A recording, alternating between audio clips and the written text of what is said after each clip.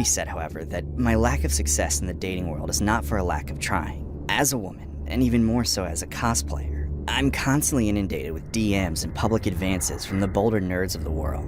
I ignore 99% of them, but I understand that lost among all those unsolicited pics and requests for lewd cosplay videos, at least 1 or 2 respectful messages from decent men are being overlooked. Maybe. In my ever-hopeful quest for a boyfriend, I recently came across a promising suitor, a fellow cosplayer by the name of Johnny. He didn't just say he was a cosplayer, he had proof. Pictures from multiple conventions, as Ash Ketchum, Kakashi, and Edward Elric. He was nice too.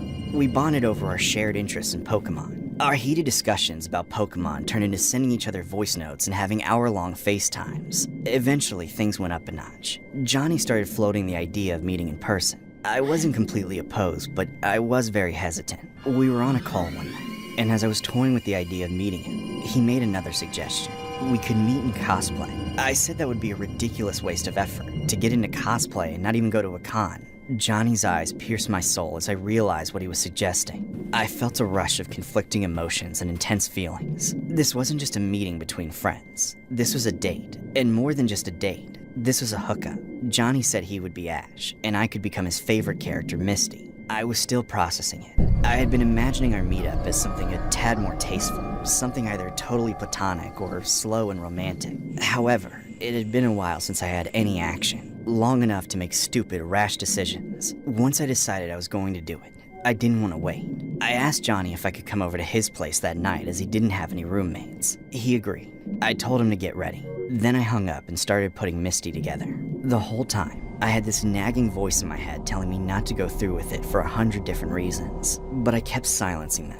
What was so wrong with doing something out of character once in a while? Why not live a little? On the way to Johnny's, my heart was pounding. I was so nervous I was getting a headache and sweating through my deodorant. This was dumb. This was so stupid. I knew I should have banged a U-turn instead of some random guy I met on the internet. But I was already there, parked in front of his apartment. I still could have left right then. I could have ghosted him. I could have gone home and cleared my head, then got on with my life. I could have, but I didn't.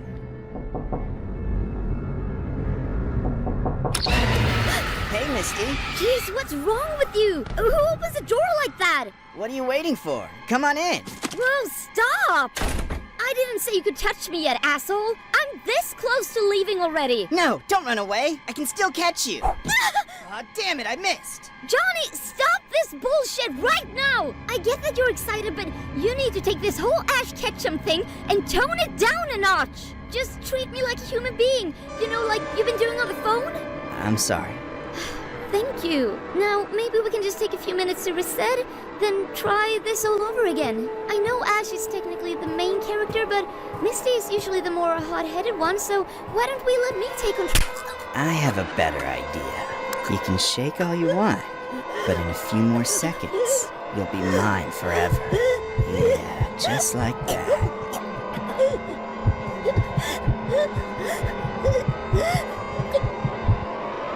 Hey, snap out of it! Stop daydreaming and tell me what happened to the girl! How'd she die? It was an accident, I swear.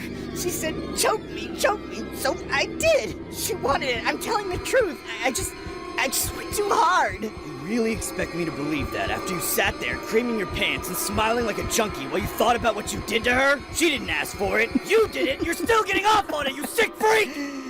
Yeah, you're right. Who am I kidding?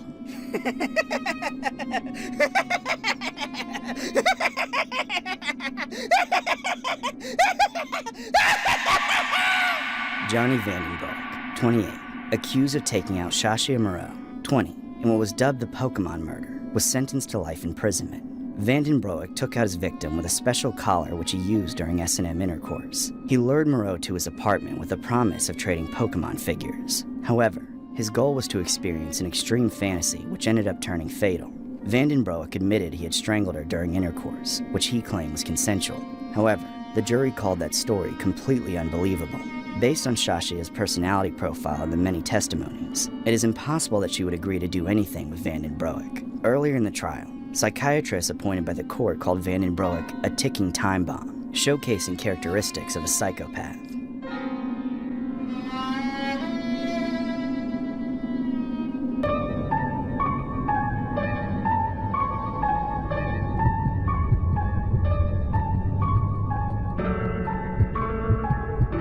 It all started with a shopping trip. I have to take my girlfriend on one every week or so, and spend at least $100 on whatever she wants. The one silver lining of this shit show is that I never had to tap my card before it went down. Right as we walked through the doors of the first store, I spotted a certain type of guy engaged in typical behavior, a Pokémon scalper. The fat pedo-looking son of a bitch was face down, ass up, and shoulder deep in the vending machine. It was supposed to only give one random collectible per purchase, but greedy no-life scumbags like him were known for glitching the machine out by blocking the sensor, and getting it to spit out dozens of random collectibles basically for free. Literally, his entire butt crack was out and shining right at the front entrance as he buried his sausage-shaped arm into the dispenser. His gelatinous, unwashed body wiggled and jiggled around while he violated the internal workings of the machine to make sure nobody else in town could get a chance at a rare Pokemon. It made me sick. Unfortunately, while I knew better to say anything, my girlfriend caught on because I couldn't hide the disgust on my face. She also knew exactly what he was doing, and it sent her into a rage instantaneously. Before I could beg her to let it slide and worry about herself, she took it upon herself to intervene. At first, the only thing I could do was get out my phone and start recording. As soon as I hit record, my girlfriend raised her voice and called out the scalper. We approached him swiftly, but I should have known better not to bother. He definitely wasn't a runner. Once we got close, he stood and blocked us from looking at the machine, but his bag was right on the ground, overflowing with blind boxes. He had been at this for a while, yet nobody had been brave or stupid enough to stop him until now. My girlfriend immediately started throwing insults, calling him everything I had been thinking. Fat, ugly, smelly, creepy, all that and more. But I tried to stay focused on the main issue. He was stealing. I said we had recorded him robbing the store, saying the police were already on their way, though that last part was a lie. The police would not care about this. I hoped that would be enough to scare him, but he stood his ground, claiming that he had done nothing wrong, then began lobbing his own insults right back at us. The phone got passed back and forth between me and my girlfriend as the scalper kept trying to snatch it. Suddenly, I saw what I thought would be my savior, the bright yellow uniform of a security guard. I called for his help, but so did the scalper. The guard came up to us, but looked absolutely at a loss, like he had no power to stop this. He was even smaller than me. He wouldn't have been able to fight either of us, let alone break up the fight, in what I'm assuming was a bid to save his own skin. The guard shouted at us to both leave the store. Then he started to run off. I couldn't believe it. This was his one job, and he refused to do it. Initially, I chased after him, but I only got a few steps. The moment I left any space around my girlfriend, that creep closed in on her. Things were going from bad to worse. I didn't want him to lay one fat finger on her, so I was left with no choice. I had to get physical, get in between them, and hope he gave up. Hey, leave her alone! Just take all your shit and get out of here! It's too late for that! You ruined my day, and now I need a stress reliever! What? You wanna kiss me? Is that it, creep? Yeah! Come on, bend over! Let me show you who you really are! Babe, back up! Shut up! Get back! Suddenly, I couldn't hold myself back anymore, and I shoved that bastard as hard as I could. He went flying and stumbling back, nearly falling onto his ass, but then he caught himself, regained his footing. For a moment, I felt powerful. I put my arms up for a fight, yet as that monster came barreling towards me, I knew I was in deep shit. I tried to stay in it, throwing a few jabs at his face. He took them like they were nothing, and then his fist came down like a hammer. The blow to my head sent me reeling, slamming into the vending machine. I could barely stand, hardly even breathe, but the fight was still going. I was dazed, unable to find any other way out of this other than through it. I went to throw another punch, but it was already over. Next thing I knew, he grabbed me. My head got pinned in a chokehold. He was crushing my neck as he buried my face in his armpit. I was gasping for air, but I couldn't get a breath. Just the body odor of a Pokemon scalper, the one who was beating my ass in public, right in front of my girlfriend. As she recorded the entire thing, I passed out. But when I woke up, I almost wished he had taken me out. The entire world witnessed the most humiliating moment of my life. I was just trying to protect my girlfriend from the fight she started, but I'm certain she'll leave me after watching me get bitched out by the biggest loser on Earth. A video involving an alleged Pokemon vending machine glitcher has sparked a heated debate across the hobby after a confrontation at the machine escalated beyond just words. Collectors claim the individual was exploiting the machine, which led to others confronting and recording him. The footage quickly spread online, but now the comments are becoming a battle of their own. Some collectors argue that if someone is allegedly glitching a machine, they deserve to be called out. Others believe that regardless of the glitching allegations, the confrontation crossed a line once things became physical. At this point, the community isn't even debating the glitching anymore.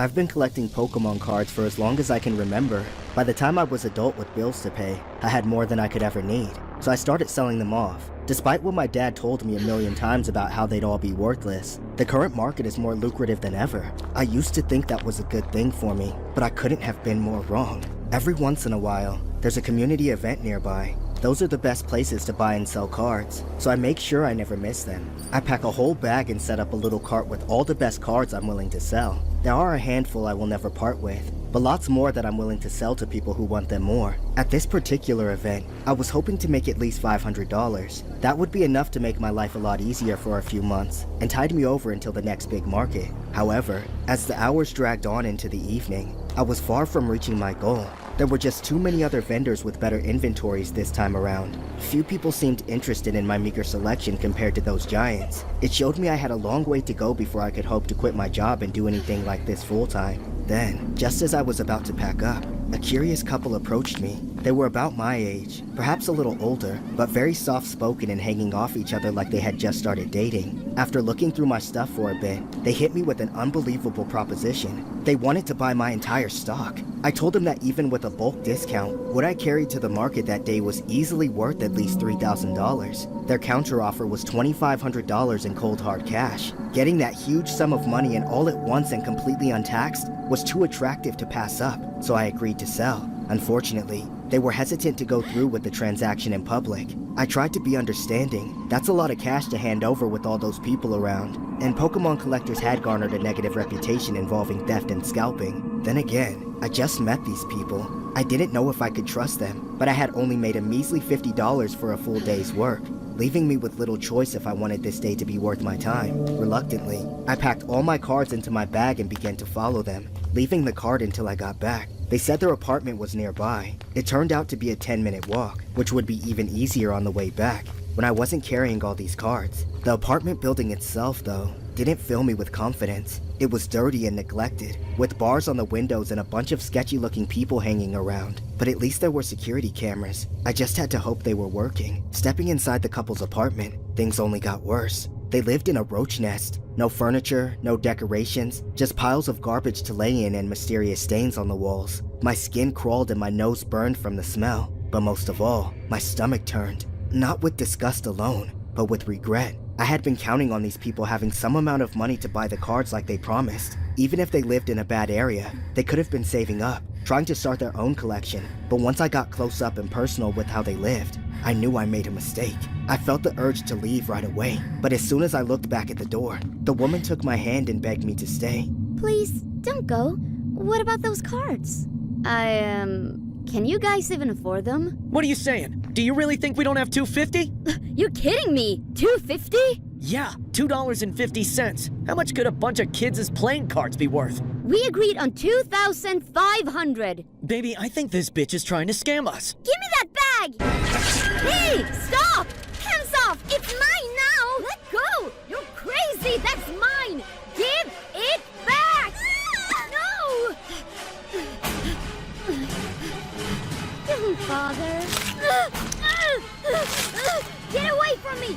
Get away!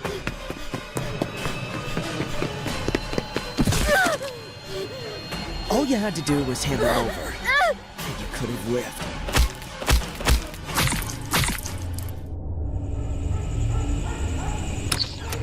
Coast is clear. Aren't you forgetting something? God! This bitch is heavy. Just hurry up.